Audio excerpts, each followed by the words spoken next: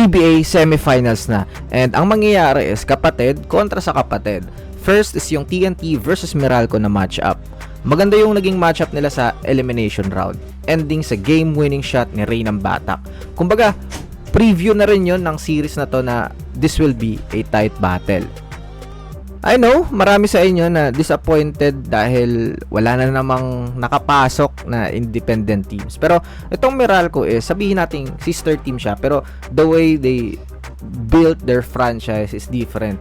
Nag-build sila through draft, walang unfair trades. Kaya sobrang tamis nung championship nila last Philippine Cup kasi sobrang tagal nilang inantay yun, ang tagal nilang trinabaho.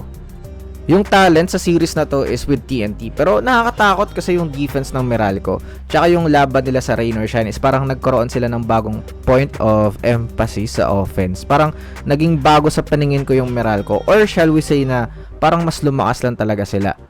Si Coach Nenad kasi focus siya sa simple things. Kung saan nakakabutas, kung saan may advantage, dun siya pupunta.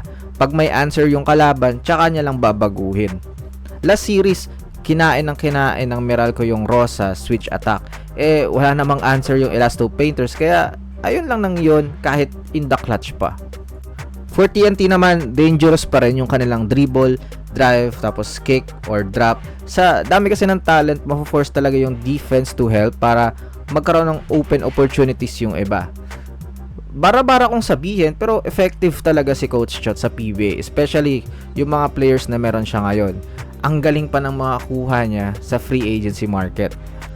So for the video, kailangan nating mag-predict kahit pag sa Pilipinas nagsabi ka ng ganito, tapos hindi pabor sa team mo is hater ka na agad. Pero sa mga basketball fans dito sa channel, I will go with Meralco Bolts in 6. Siguro dahil sa discipline at defense na meron sila ngayon. Kasi kung weapon lang yung usapan, halos makakatapat naman yung Bolts. Next series, Ginebra versus San Miguel Beermen.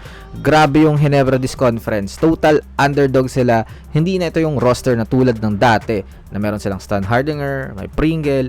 Hindi rin ito import conference. Kaya what they did is really impressive.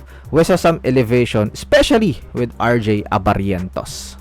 Sa Ginebra, bawal kang umiscore ng 30 points per game. Kasi nga, yung system ni Coach Tim is not for that matter. Pero RJ is different. Kung tutok kayo dito sa channel, lagi kong sinasabi, ine-emphasize ko every game, yung offense niya, siya yung nagiging willing to break out sa system na yun. Tipong siya yung magiging system. And it paid off para sa Ginebra. Andito na sila sa semifinals. Kaso lang, this is San Miguel Beermen. We're talking about Chris Ross eyeing on RJ Abarrientos, pero hindi na tulad ng dati siguro na kayang sumabay ng 40 minutes. So this will be a good test for RJ. Kasi may upper hand talaga yung Ginebra in terms of the guards. Kaso lang, malalayo tayo sa main problem if ayan lang yung pag-uusapan. The name Junmar Fajardo, tapos Philippine Cup pa. Ang sama ng start nila sa conference, pero after masolve ni Coach Leo yung best combination after 2 games, is sunod-sunod na yung panalo and looking like more dangerous than ever. Wala na yung era ng Death 5, pero yung pagiging halimaw tingnan ng team na to is nandun pa rin.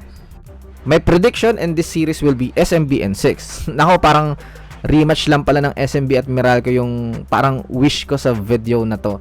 Pero kayo ba? Let me know sa comment section yung mga prediction nyo sa dalawang series. So see you in the next upload. Bye-bye!